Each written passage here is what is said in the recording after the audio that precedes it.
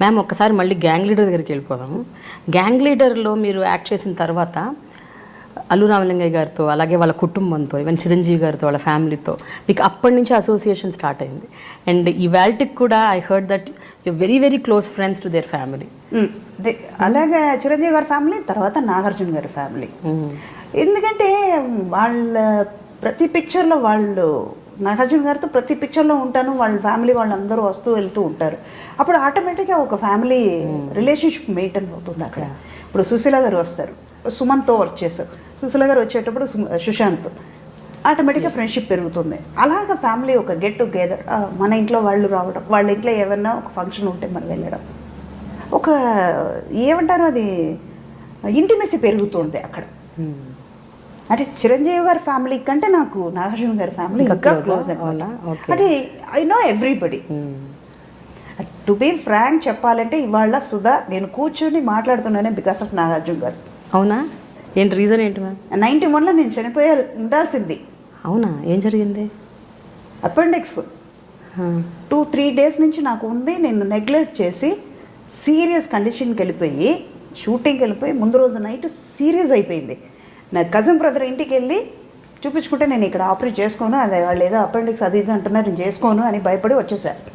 అదే చెప్పాను కదా ఇందాక, మీరు కూడా అన్నట్టు 40 yearsగా మా మదర్ వచ్చేవాళ్ళని.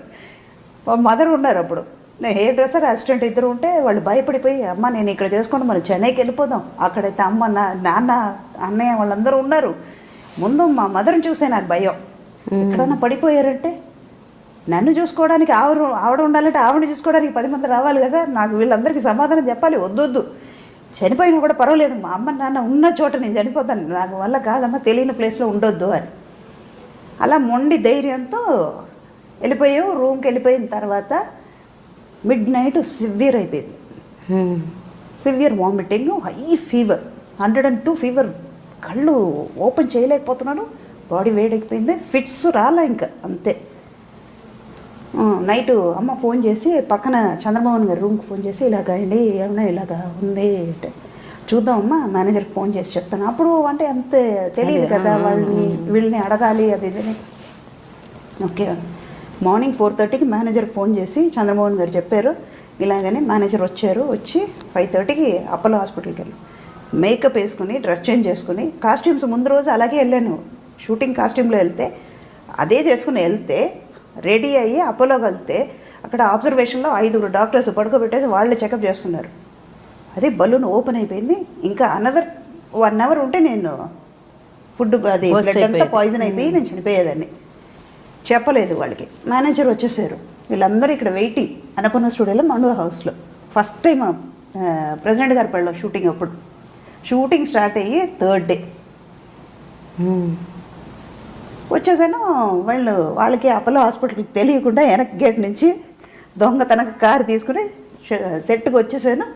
వచ్చిందని వెళ్ళిపోయి మళ్ళీ ఫ్రెష్ అప్ అయ్యి శారీ అంతా మంచిగా కట్టుకుని కిందకి సెట్కి వస్తూ అలాగే నాగార్జున గారి మీద పడిపోయారు. కొలాప్స్ అయ్యి వెంటనే ఆయన పట్టుకుని వెళ్ళిపోయి అపోలో హాస్పిటల్లో పెట్టేసి వితిన్ 45 minutesలో ఆపరేట్ చేశారు. ఆయనే కాపాడారు. లేకపోతే మై గాడ్. తర్వాత రాబోయే చందమామ అప్పుడు అలాగే అయింది. కబడ్డీ సీన్, చంద్రమోహన్ గారు కాళ్ళు లాగేశారు. స్లిప్ డిస్క్ ప్రాబ్లం వచ్చేసింది. Lower part పనిచేయట్లా.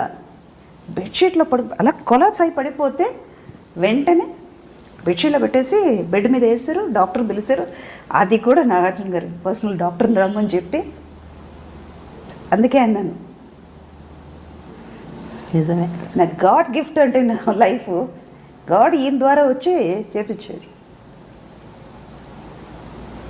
ఇవాళ మీకు ఇంటర్వ్యూ చెప్తున్నమాట అన్ని నిజమే. ఒక్కోసారి చాలా అంటే వీ వోంట్ రియలైజ్, ఒక వ్యక్తి మనకు హెల్ప్ చేశాక ఎన్నో అది గుర్తొస్తున్నప్పుడల్లా థ్యాంక్ఫుల్గా ఉంటాం లైఫ్ లాంగ్. ఆ గ్రేట్నెస్ ఉంటే చాలు మనకి.